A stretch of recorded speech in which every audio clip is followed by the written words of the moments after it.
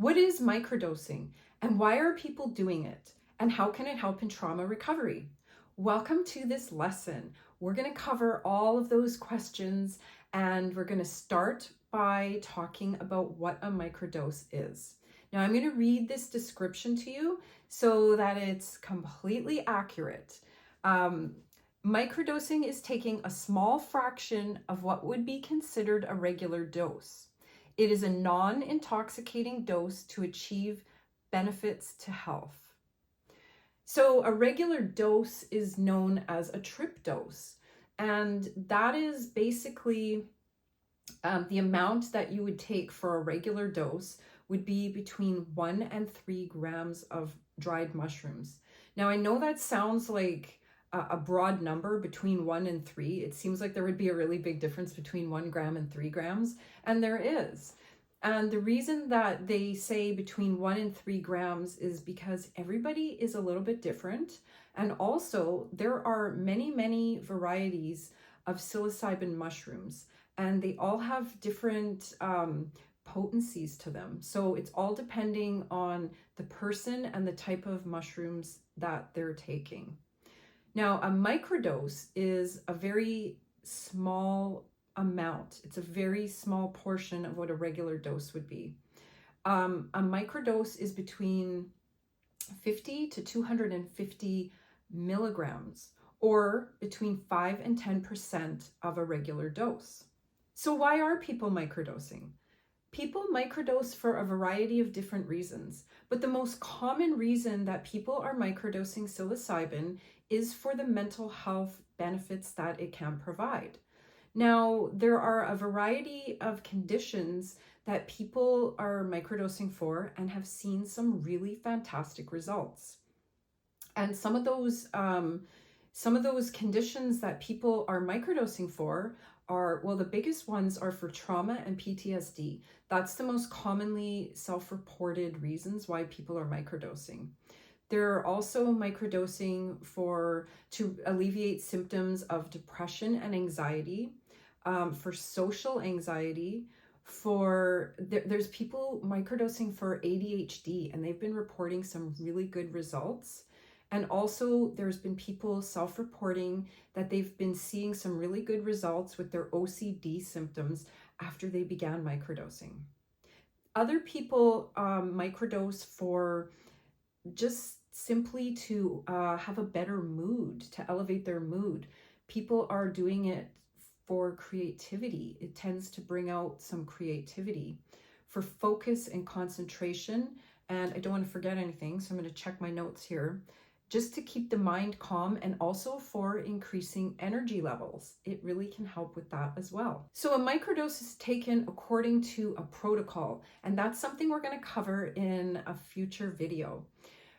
When you take a trip dose, that is not something you take on a protocol.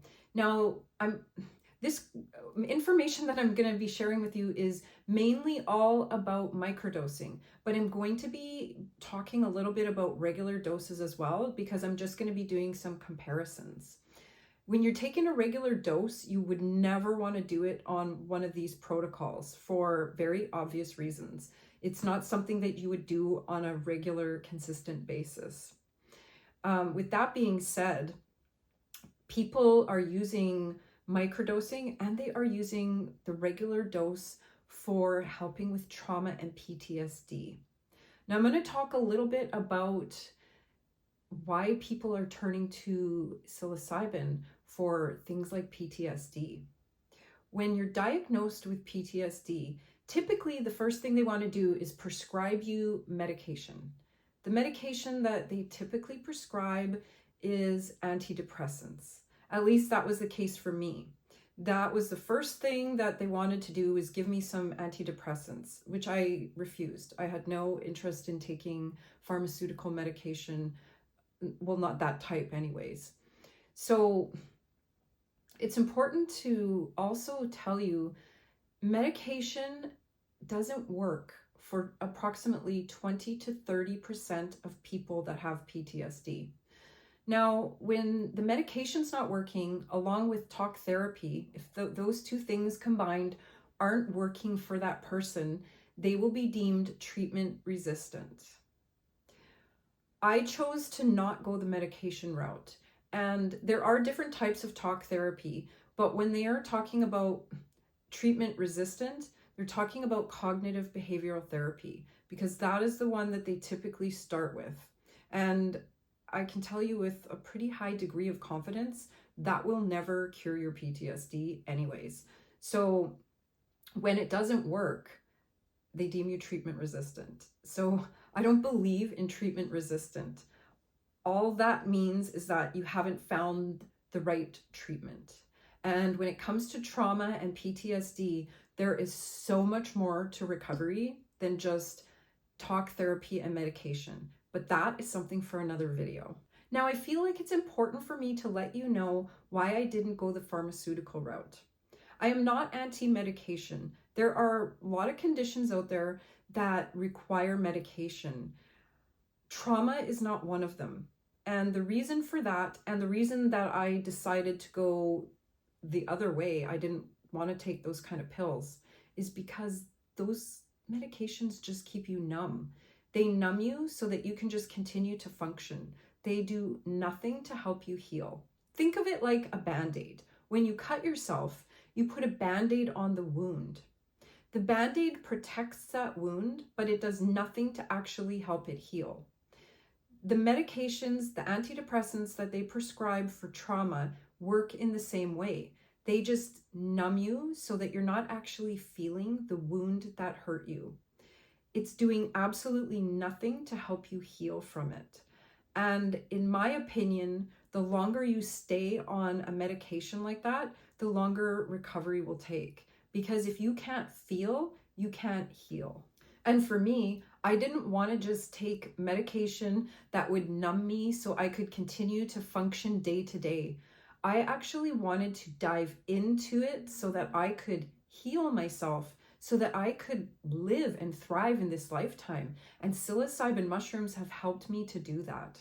Another important thing to mention when talking about these antidepressant medications, SSRI medications target different brain receptors than psilocybin does. And I don't want to get into all the technical brain talk because it's very complicated and it can be very confusing, but they just target different receptors. So the SSRI medication keeps you numb, where the psilocybin actually opens up new neural pathways in the brain. And in doing that, it helps bring some of the things that we repress, the things that we've been stuffing down into our nervous systems that we didn't want to deal with. It'll bring some of that stuff to the surface so that we're able to process it, heal from it, and move on with our lives. Sounds good, right? It is good, but it's also not for everyone. And it's important to go over all the information that I'm going to be sharing with you so that you can make that informed decision. You can't just make the decision based on, wow, that sounds really good, I'm going to give it a try. No, there's a lot of things to consider before making the decision, and that's what we're here for. And with that being said, we're going to jump into the next video where I'm going to share a little bit of history about psilocybin with you and its true intended purposes. So I look forward to seeing you in that next video.